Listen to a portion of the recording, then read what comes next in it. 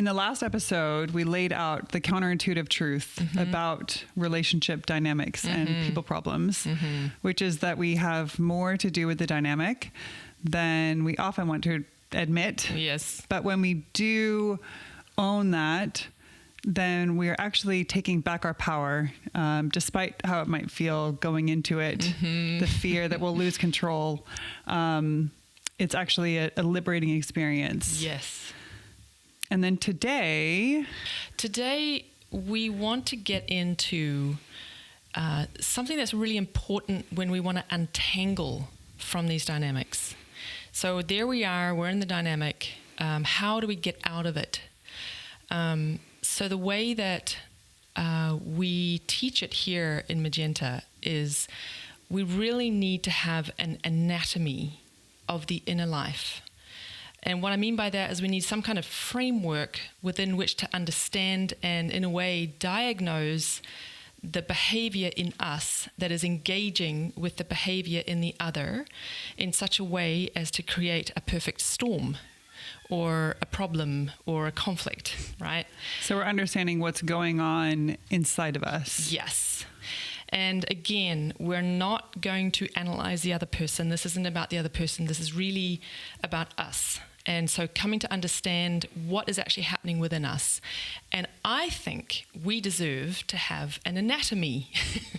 It's kind of like if you want to go into your inner life and mess around and work there, you really need to have an anatomy of the body of your soul. Just like if you want to do some surgery on your physical body, you do not want the surgeon to be ignorant about anatomy when they go in there and mess around. Now, do you? I think we can set the same standard for what we do when we go into the body of our soul. So we need an anatomy. Yeah, that paints a good picture for why it's important that we understand what we're working with. Yeah, otherwise you're just going in there blind and you don't know what you're doing, which is fine, but wouldn't it be good if you could be successful? Yeah. So let's set you up for success. Welcome to Magenta FM, a show for people who aspire to deeper, richer, and more healthy ways of being in community, in leadership, and in relationship with others. I'm Louisa Barnum. And I'm Rachel Hazlett-Carr. So, an anatomy, what could that possibly look like? Because the inner life, you cannot touch it, you cannot see it. There is nothing in your five senses that can, it is a completely intangible world. So how can we have an anatomy? Well, we have to figure out a way, and let's just touch on this word super briefly. We're going to go into this in more detail, I'm sure, in a later episode, because it's a really important tool in the toolkit of coming to understand the anatomy of the soul, and that is phenomenology. So what is the phenomena?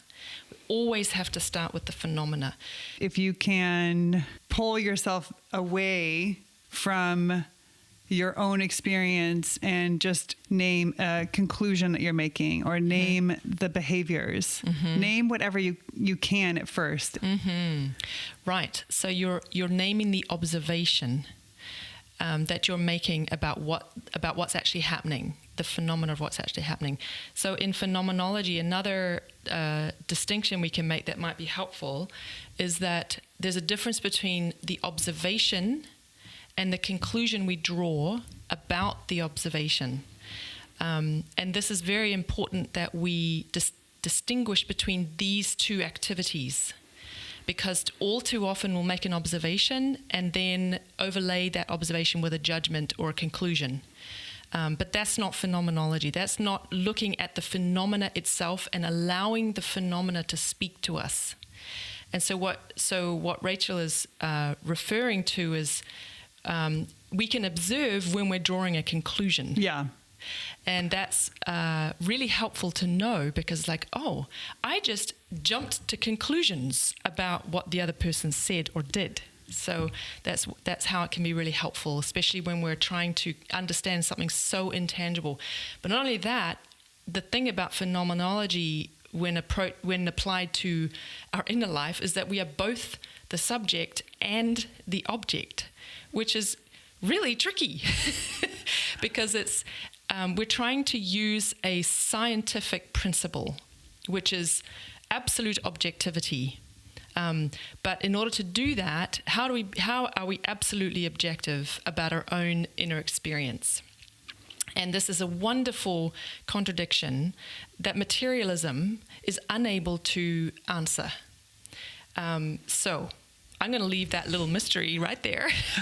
Well, and we will come back to that. Yeah, that's right. Yeah, let's get into the shadow and the light. We can look at anatomy at the first level. There are many different levels and complexities of anatomy that we can talk about. But in this episode, we're just going to talk about kind of like the first layer, and in a way, the most fundamental level, which is shadow and light. So these are two experiences that we can all relate to when it comes to the experience, the phenomena of the inner life. And here's why this is actually useful. Because everything that we do when it comes to this work that you and I are doing, it has to be practical. It can't just be conceptual or intellectual. It has to be very, we need practical tools for how to do this stuff because, the stakes are getting higher and higher, right? So what do we mean by shadow and what do we mean by light? Let's start with the shadow. All right. So the shadow, I suppose you could say as a definition, it's really, and the word is an analogy or a picture, because the shadow, it obscures, and it has that, it's not us, it's our shadow, right? So the shadow, in my definition, I'm not really sure. Obviously, it's a term that was coined by Carl Jung. He talked about the shadow, and there are lots of other writers and psychologists and other people who talk about the shadow. My personal definition is that it exists in the subconscious realm, meaning where we are not conscious. So we cannot see into that realm with our ordinary day-awake consciousness. It is below our consciousness. And there you will find our untransformed stuff, the stuff that we are blind to, we cannot see, our wounds, our triggers, our fragility, our everything that is weak and wounded. Let's just call it that, about us. That's the shadow. And the way it shows up in our lives is where we are acting out of compulsion. And a characteristic of the shadow expressing itself in us is where we are not free. So the redemption or the transformation of the shadow in us translates or becomes freedom. So where we were compelled or where we were addicted, we can be addicted to thought forms just as we can be addicted to physical substance, just as we can be addicted to sex or food. We can also be addicted to thought forms. For instance, we can be addicted to to beliefs about ourselves and the world. Yes, yes, and beliefs are particularly interesting because beliefs often exist they exist. They have life in the shadow realm. Beliefs that aren't really serving us, especially about ourselves. If we believe that we're ugly, that's an example of, for many women who struggle to see themselves as attractive enough, or that you believe you're not good enough in some other form. Let's call that a thought form to which you're addicted. And I use that word because I want to shock people into understanding that addiction is everywhere that we are not yet, that where we're not yet conscious. Addiction is just everywhere because we can be addicted to thought forms, we can be addicted to beliefs. And it's one of my missions in life is to help people understand the nature of addiction, way beyond our current understanding of it in relation to chemical substance. So in regards to relationship dynamics, the shadow is oftentimes very easy to identify because it comes up in our compulsive reactions or our sort of automatic ways of being that are not necessarily how we want to be or how we want to see ourselves. So say more about that, the shadow in relationships. Yeah. So the way we can experience the playing out of our shadow in relation to another is when we find ourselves not present, when we find ourselves, you could say, absent. So I lost my shit at someone, or I lost my cool, or those kinds of words or sayings that are so common in our language. I lost it. So this absence. I freaked out. Exactly. I freaked out. In a way, it's like a dissociation, And when we're absent in that split second and we say something that we later regret, or we do something out of habit because we don't know what else to do. This is a pattern in our lives. Like, for instance, if you find yourself in a pattern of being in relationships with people who bully you, I don't necessarily want to call them bullies because that's not who they are. It's just a part of how they behave with these bullying kinds of behaviors. And if you find yourself in relationships where you keep, like, maybe your mother was a bit of a bully in that way. She had those kinds of behaviors. And you find yourself finding those relationships in your life, and you keep being, struggling with a petty tyrant who's tyrannizing you in petty ways because they're your landlady or your landlord, or they're your boss, or they're some, gatekeeper in your life. And if they were to betray you or reject you or fire you, it could have massive consequences. So they have a lot of power over you, right? So really understanding the shadow dynamic within you can be very helpful for you to untangle from that kind of, because you're going to keep finding those people in your life until you come to understand this, right? Yeah, and typically I think the gesture of the shadow in those situations is not I freaked out, but I checked out. Right. Or I was obsequious. Yes. Go into that. You love that word. I do. Define that word. for people. Is when you're overly people-pleasing. Yes. It's like the ultimate people-pleasing behavior. Yeah. Fawning. Right. Yeah. Right. To keep the peace. Yes. To be safe. And so why is that a shadow element? Well, that's a shadow element partly because you're giving away your power to the other person for very obvious and totally understandable reasons. But the dynamic itself in you to people please because you're afraid. And so you, however you do that, or however you just, you can observe yourself. What do you actually do? What is your tendencies in those moments? And how much of it is in your ability to control? So this is a hallmark of the shadow, is that you can't help it. You don't see any other choice. And even if you did have another choice, which you don't, because you don't know how else to deal with the situation, this is why you're in the situation, it's a compulsive habit. So just imagine people, and they're often women, again, sorry to, we're all women here, saying sorry is a really interesting example of people pleasing, apologizing. I'm sorry, but, or I'm sorry, just as a reflective, reactive, habitual behavior that you have to apologize for existing, or you have to apologize because you're about to set a boundary right? Or you have to apologize because you're about to ask someone to do something for you. Yeah. You know, why?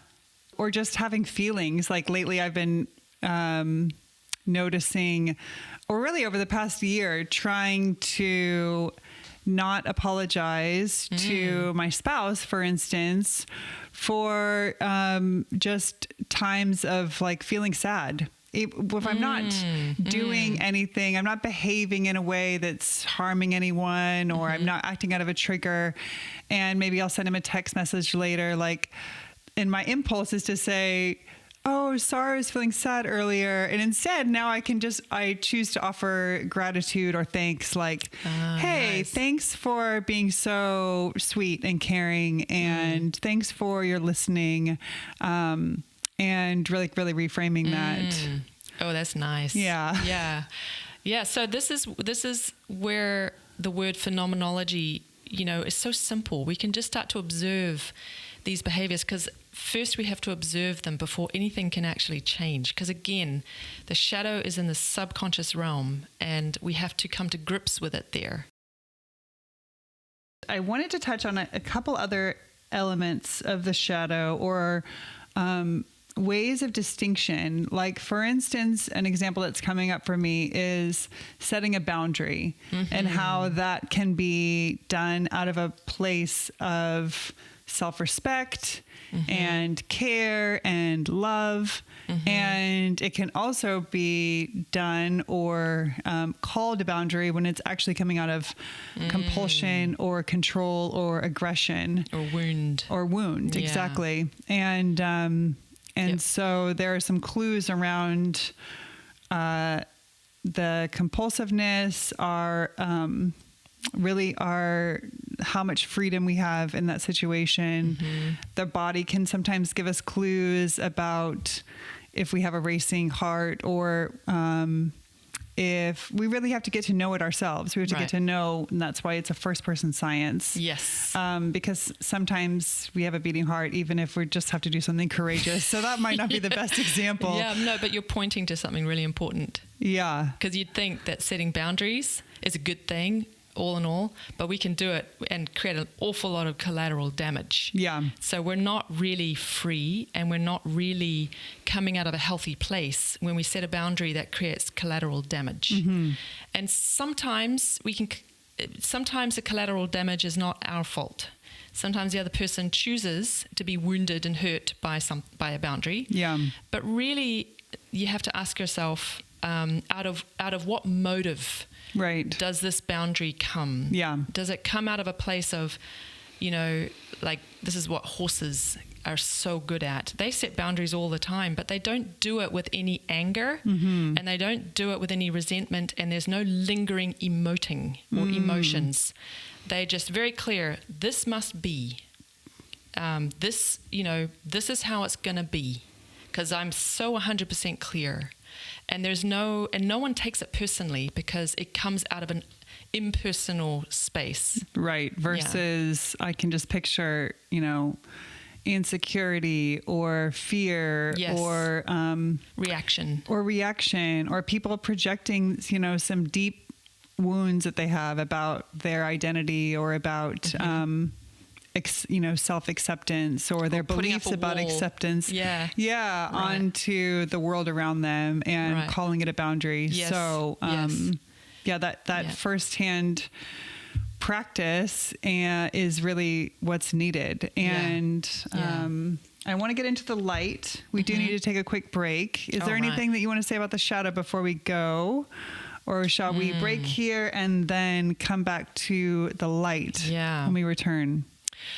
Well, so there is so much to say about the workings of the shadow. We can actually trace archetypes that are expressions of the shadow. And if you look at, if you get, I can't remember what the title of the book is. It's an encyclopedia of diagnostics in psychology and psychological. Oh, the DSM? Yes. Yeah. There you can find a lot of phenomenology, an observation of clusters of symptoms and those clusters of symptoms having given a name, like a diagnosis, right? So what I have found over the years of working with people is that you can observe the movement of the shadow that play out in what we could call archetypes. You can see them in people in many different cultures, because I've worked with people all over the world, and you can observe the same archetypes depending on the particular wound. So the shadow, it's a phenomena that is not just about our own individual inner life, as if we are hermetically sealed from the rest of the world. The shadow is a realm that belongs to us all. And not only that, we can and we will, I think even in this episode, if you're lucky, we will talk about the expression of the shadow at a collective level as well. Well, let's get into the light, and then let's take this discussion to larger scales. Okay, awesome. Would you like a serious solution to your people problems? One that is deep and lasting? Would you like to be able to raise the quality of interactions you have with the people in your life and work? Most people believe that the solution to ongoing people problems, such as conflict and misunderstanding, is memorizing the right thing to say or some other clever tactic. However, there are always situations where such tactics simply won't apply or succeed. Instead, you need something that can help you be present and generative in every interaction, every moment, no matter how unexpected or difficult or how high the stakes are. The truth is, you can shape the interactions you have merely through the quality of your presence. Unfortunately, an authentic and elevated quality of presence doesn't come easily or naturally any more than playing the violin does, because it's a trained and honed way of being. Like a master of Tai Chi, you can learn to work with the social spaces between you and others, not with manipulation, nor with dominance or force, but with a greater freedom, greater understanding and generosity, and a stronger presence of mind. Imagine having the kind of presence that commands respect, not because you're the alpha, but because others rise to meet you there. Imagine attracting in your life and work the kinds of high-functioning relationships that you long for. Magenta Academy for the Social Arts has developed a path to help you grow an elevated presence. Join the Elevated Presence Masterclass, where you will begin building a foundation for transforming your relationships. Enrollment opens soon, don't miss out. Go to magenta.fm/elevated presence to get on the waitlist. Okay, welcome back. Let's dive into the light. All right. Okay, so the light is really hard to talk about because if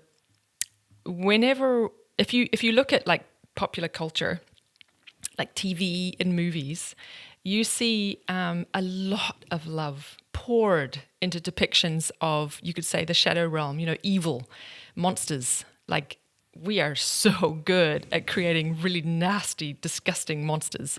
And the horror movies. Yes, and the things that they do to each other or to the humans in the movie, right? We're so good at that. But depicting the light, I mean, I don't even remember the last movie that I've seen where, like, I'm just thinking of The Lord of the Rings, where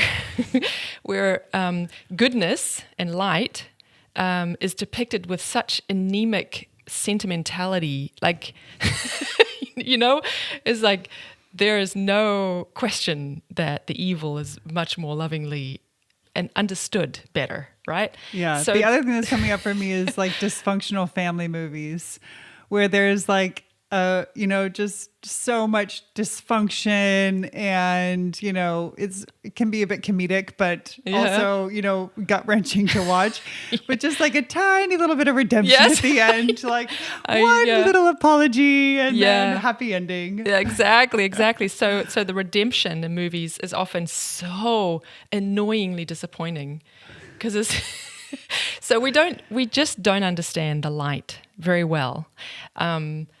And well, at least from my perspective. And so my definition of light is one way to think about it is cognition.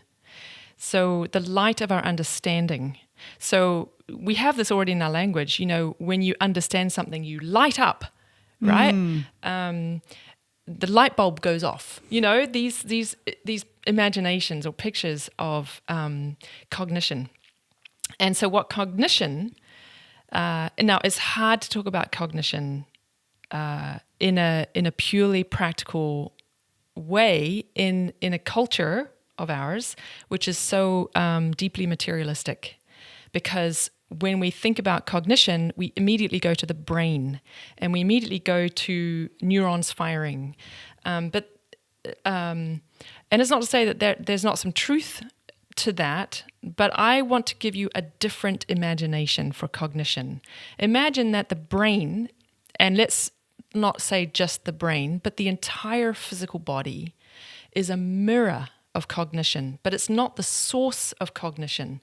And the reason why this is important is because there are many, many, many implications if you just think about cognition as sourced from the brain, and not even from the body, but directly from the brain. That means the inevitable conclusion that you're going to draw is that we're biomechanical, we're machines, basically, we're computers. Flesh machines, as I like to joke to my husband. Yeah. So consciousness and cognition, let's use those words pretty much interchangeably. This is what we're concerned with when it comes to the light. And the reason why is because somehow we need a light to shine into the darkness of the shadow so that we can see, because the shadow is dark. It is very dark in there. It's like black. We can't see. It's unconscious, okay? So we need a light to shine in there. What is the light? The light is our ability to see. Now, in the physical world, we have eyes, so we can see the light. And something that Goethe, who was a German scientist and an artist and incredible thinker of his time, he was the one who really who developed phenomenology as a science. And he discovered many amazing aspects about the physical world through using phenomenology as his tool. One of the things that Goethe said is that it's not the eye that formed so it could see the light, it's the light that formed the eye. And of course, you know, there are animals that used to have eyes that then somehow migrated into dark places and they lost the ability to see because there's no light to continue to form the nature of that organ, the physical organ. And I would say the same is similar for the forming of organs in the soul. So let's come back to anatomy. So one of the, and again, this is a picture and you can just take it and work with it and see how it like helps you, because these concepts that I'm sharing, they need to be helpful. They need to be practical for you. That's the point of them. Not that they're intellectual exercises. I'm like not interested in that. But so one of the things that we need to come to understand about the anatomy is that just as the physical body has organs, so can our soul have organs. And we can have organs of insight that we can actually deliberately cultivate. And one of those organs of insight is to see into our own shadow. And the way we do that is by becoming more structured in our soul. And how do we do that? Well, that's what inner work really is about. It's becoming more internally structured so that we can have these scaffolding through which to find our way into the shadow so that we can look and use the light of our consciousness to come to understand insight. So the light is part of the structure. Yes. And cognition is the light that we shine in there so that we can see, the organ of cognition. And how do we do that? Well, it's really quite simple and it's not very, complicated.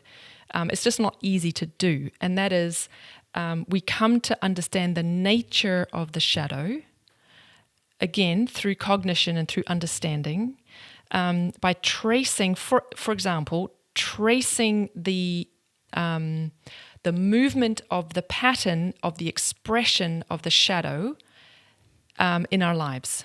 And we can do that in 3 realms of our daily life. In our thinking, you remember when I talked about thought forms? In our thinking, so what we believe, what we think. The second realm, the second area is in our feeling life. So when we're triggered or when we are reacting to something, what are we habitually feeling? The feeling life is really interesting because we can really experience addiction there. We can become addicted to feelings of self-pity. And we can have pity parties because that's habitually where we go when things aren't going so well for us. Mm-hmm. We have a pity party as a deeply habitual state of soul. And then the third one is the will. And that's the hardest of all to intervene in because the compulsion in the will, I mean, it's just think of if you're a chronic procrastinator, just imagine how difficult that is to change about yourself. Mm-hmm.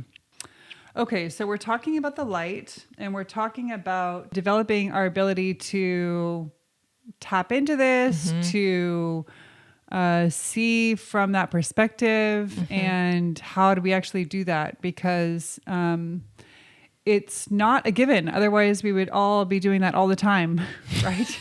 Yeah. We'd all be choosing to think what we want to think all the time. Yeah. And if you actually close your eyes and you try to just think about one thing, like this teacup here, I am actually very much less in control of my thoughts than I would like to be, or I would like to admit. Right. How do we strengthen the light? Yeah, strengthening the light. So Carl Jung called this work against nature.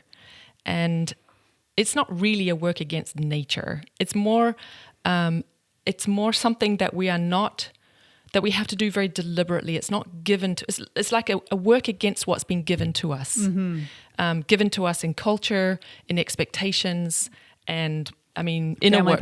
Family patterns. Yeah. All the limitations that have been given to us out of which we have to outgrow.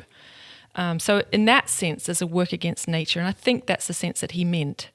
And so for us, the strengthening of the light is incredibly important because, again, if you want to rummage around in the darkness of your shadow, it's a very actually dangerous thing to do. And this is something that I wish that more therapists and more therapy practices would really pay attention to, and in the schools and universities that train therapists. I mean, therapy is such an important part of life, right?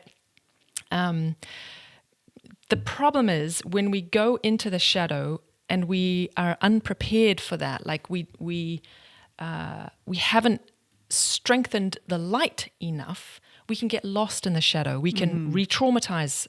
We can be re-traumatized by going back into there, and it can overwhelm us. It's like falling into an abyss. Mm-hmm. So anyone who's ever experienced chronic depression knows what a dark night of the soul feels like, and anyone who has experienced bipolar depression.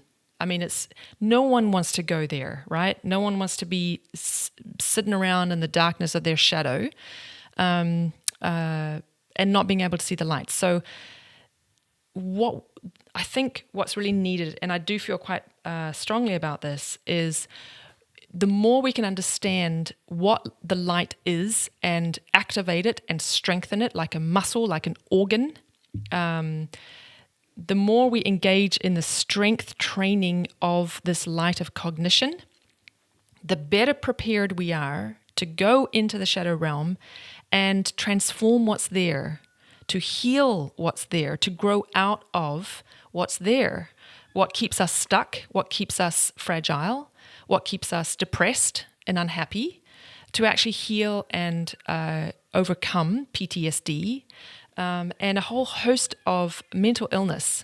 Well, my own experience is coming up a little bit too, in that I think that in my experience, there has been a time and a place to go back to a trauma with a certain amount of strength. So I think starting with the immediate, starting with the present is one of the aspects that helps build that strength of light to not become re-traumatized. Yeah. And then with sufficient strength and sufficient, perspective and perception, there can be healing in my experience with going back. But there's also been times where I've done, therapies that were specifically for trauma, like EMDR, for instance, which is a really popular therapy for trauma, where it was re-traumatizing and it was too much. Wow. And there would be, several days of kind of lingering PTSD experiences to where I actually had to call the therapist again and say, hey, I have to come in again before next week because I am not functioning. I was a very functional person at the time. Yeah. And so there was all this, compartmentalizing that needed to happen and all of that. But it wasn't really the right setup for me, at least. So I have been down that road. And I think that, working with the present is one of the elements of strengthening the light. And there are some others that we should just touch on. Yeah, because I bet everyone's wondering. Yeah. Because we haven't really touched on that yet. Like, what do we actually mean? Okay, so we've done our best to describe a definition of light and cognition, but really it's something you have to experience. And so we need to get to that. The study of light and cognition is infinitely deep. One thing I do want to say with the light, and that is it has to be consciously cultivated. You have to cultivate this organ of perception. And you have to cultivate it. You can cultivate it in your thinking life. And actually, Rachel and I teach this in our courses and our work. And we begin with like concentration exercises so that you can take back control of your thought life. Okay, but then you can also cultivate the light in your feeling life. And there's some foundational exercises there. That are very, very important to help you stabilize in your feeling life. This is a very, very important part of the healing process. You have to become more stable, but you can also become more nuanced and more refined in your feeling life. You don't always have to be battered about by the ups and downs of your feelings. So there are specific practices that you can do. And not only that, but you can refine your feeling life to such a degree that it becomes also an organ of perception. So you can feel your way into the truth of the matter, right? You can feel the truth, right? That's an organ of perception. Like that's the goal.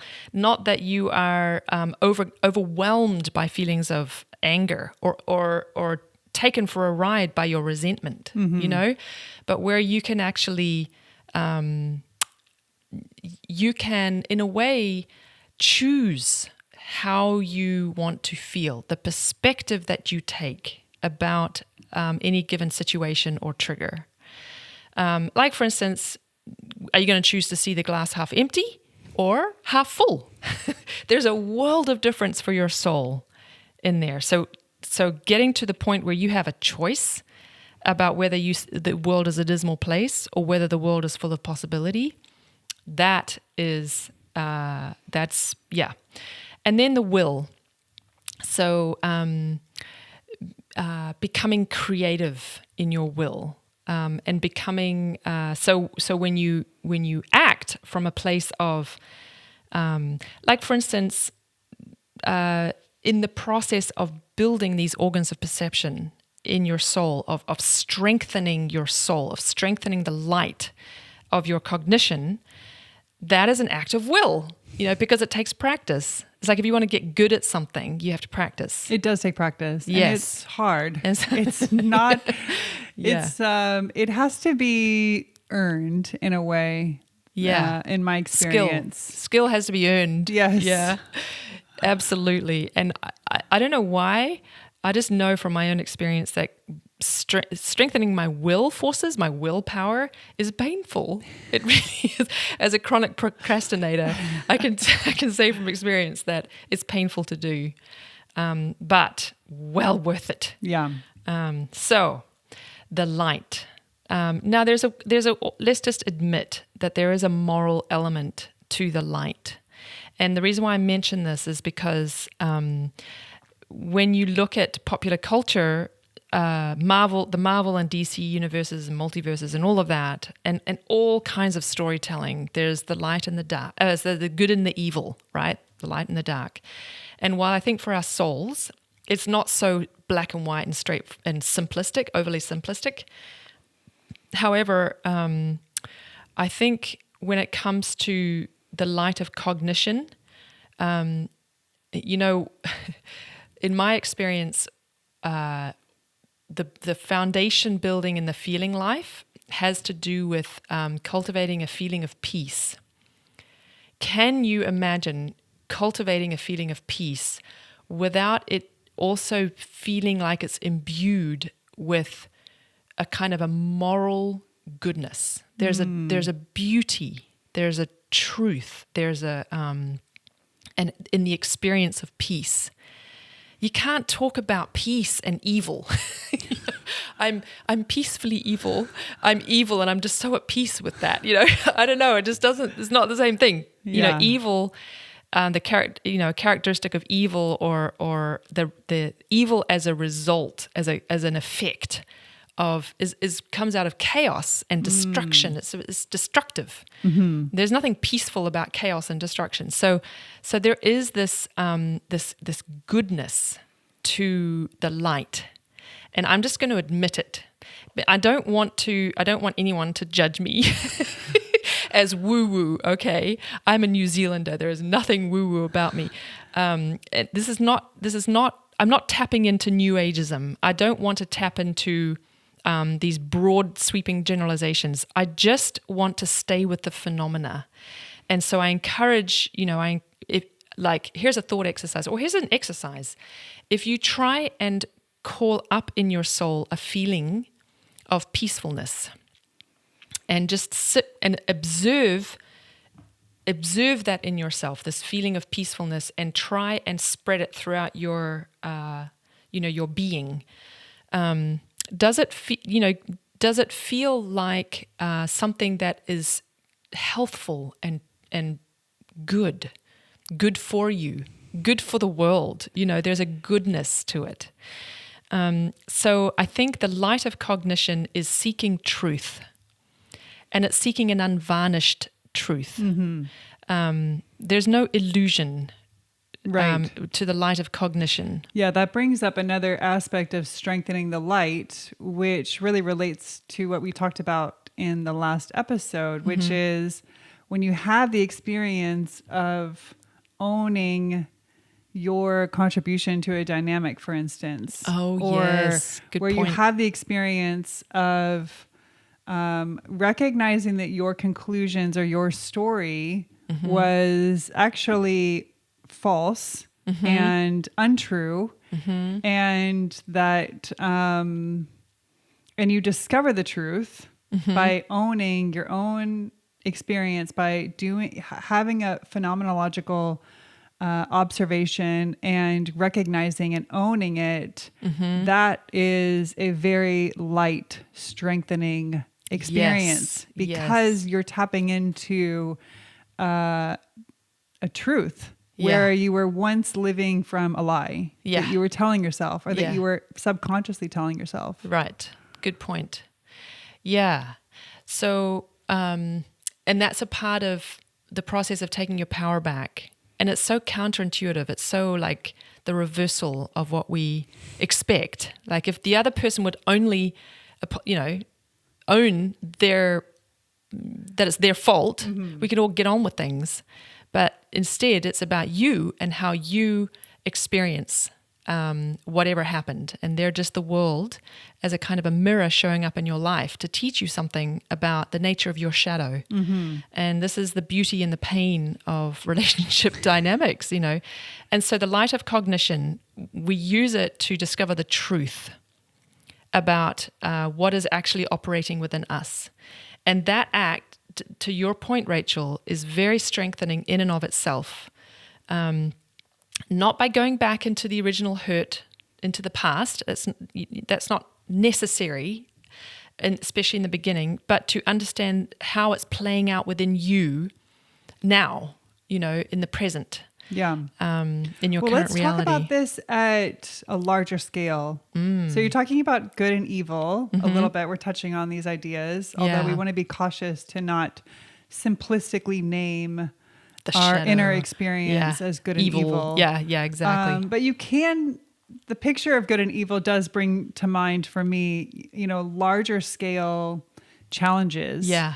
And how does the light and the shadow and understanding the human through this anatomical structure help us understand light and shadow at scale? Like, what do we do with that? Yeah. So I think we touched on last episode, we talked about the fractal nature of this inner realm. And what's really fascinating about studying the human experience within yourself, or, you know, in dialogue with one other person, or just, you know, just on the individual level, you can get to know the shapes and the movements of these archetypes of the shadow. And as you get to know this, you're building these organs of perception by becoming aware, cognition, light, of what these archetypes, these shadow shapes are. And as you see them with your cognition, you begin to be able to recognize them also at different scales. You can see them operating in communities. This archetype, this sigil, this signature experience, like everyone recognizes hate on an individual level. You can see hate playing out across a whole geographic region of people. It's the same thing, right? And also across, you know, and in the last couple of years, we've had a lot of examples of these shadows playing out, and it's more and more going to be happening, because I think that a lot of what we're seeing playing out on a global scale is us having to reckon once and for all with this shadow realm, with this idea of good and evil. We have to come to understand what evil really is. We have to face it, and we have to name it. And we also have to come to understand what good is. You can't understand the light if you haven't experienced the darkness, right? It's out of the darkness that creation happens. That's why our company is called Magenta, because only at the threshold of darkness and light do you see magenta. This is what Newton didn't understand, but Goethe did, about the color magenta. It's been confusing color scientists for a long time. Because magenta doesn't show up in Newton's color scheme with his particular color experiments. Yeah. Why is that? So, well, what's coming up for me when you're talking about like the issues that we're facing in our day is that, and understanding the darkness is that we have to understand the darkness within ourselves and acknowledge our own shadow, and have some experience working with it to help us from making, you know, two-dimensional objects of other people, or saying, you know, this side is the good side and that side is the evil side. Right. Which is, you know, talk about overly simplistic. Yeah.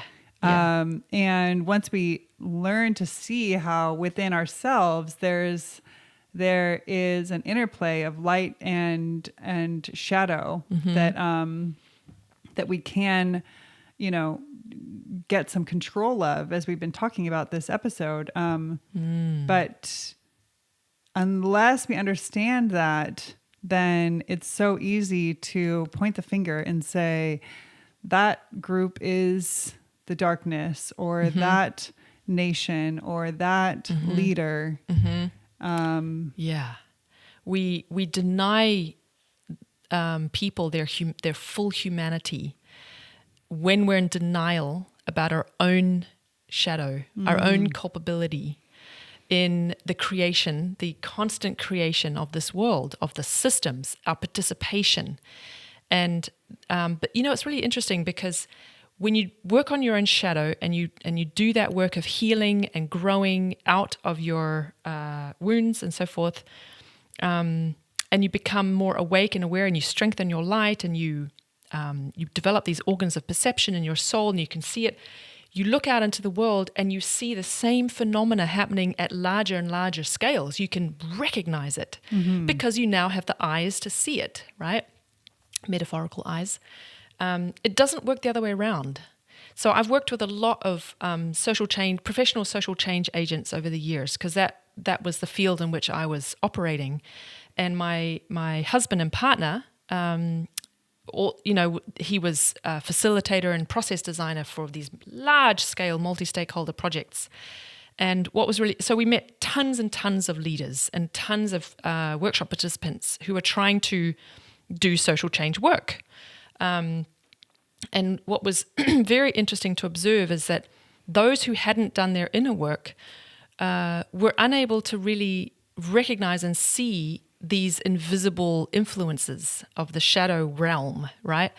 But those who had done their inner work could see it more and more. They could intuitively recognize the same phenomena at the different scales. They could say, I have personally healed from trauma, so I can totally see it across the country of Zimbabwe, which was one of the projects that we were doing. I can now recognize trauma at scale, because I so intimately understand how the consequences of trauma played out in me, how I internalized it. I'm seeing how my people are internalizing it. If you do your inner work, if you choose to do your inner work and heal and take responsibility for your pain and your wounding and grow out of it, you become a force for good in the world. You become a healing force in the world. So in a way, imagine that you are not hermetically sealed off from the world. Instead, you are doing a tremendous service. And there's lots of different levels and layers we can talk about. We can talk about this from a spiritual perspective, and we can bring in the work of a very interesting scientist called Rupert Sheldrake, who talked about morphic fields. And he talked about learning, like birds who learnt something on one side of the planet, and it was able to be observed that the same species suddenly was able to do the same thing on the other side of the planet. And he talks about all kinds of really interesting invisible realm stuff that cannot be explained by our modern science where it is now. And similarly, I think that we are far more interconnected than we realize. And something that I've observed in working with people, I often have found that because I'm constantly studying. Every morning, I'm a geek. I'm geeking out on all this stuff all the time. And I've often observed that when I come to a new understanding through my reading, a client will come to me with the question the next day, like, oh, how do I solve this problem? Like, oh, well, I just read this. Really, it's such a coincidence that you have this question now, because I've just had this new insight from this amazing person that I studied, whatever, right? And here it is. And they're like, oh, it's just the right thing. Yeah. So how do you explain? And it doesn't just happen once. It's a consistently happening experience. So how do you explain these kinds of phenomena? So that's one realm, is morphic fields and the invisible influences that we can have. So for instance, if I unlock from a dynamic, my husband unlocks from the dynamic, we free each other from these chains of the wounding, the tyranny of the shadow. So that's one aspect, but I want to put this to a bigger kind of question of life purpose.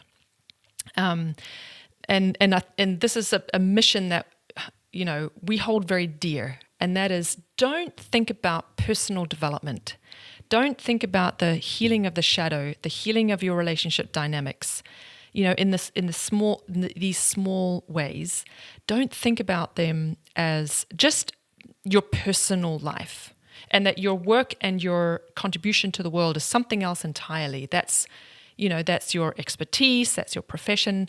They are the same thing. So if you imagine that these organs of perception and insight that you develop and grow through doing this, strengthening your light by doing so very deliberately in your thinking and your feeling and your will.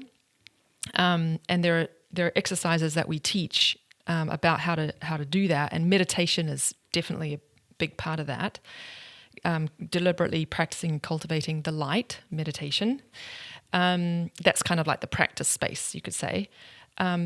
So that work that you're doing, and then also the shadow work, you're not. This is kind of like really getting you to your highest potential. That's what this work is doing. It's not just about healing your relationships. It's not just about inner peace. And it's not just about financial, material prosperity. It's really about you are here with a mission and with a job to accomplish. That's why you're here. What is your purpose, right?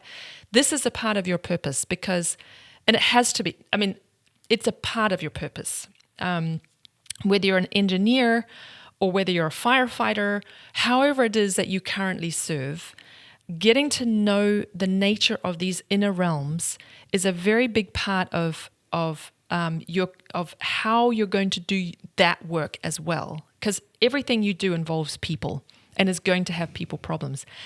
And I believe that the quality of every interaction, every conversation, every thought, every feeling, everything that you do has an impact either toward the good, cultivating the good, and contributing toward the good, or ultimately contributing toward destruction and chaos. So which is it going to be?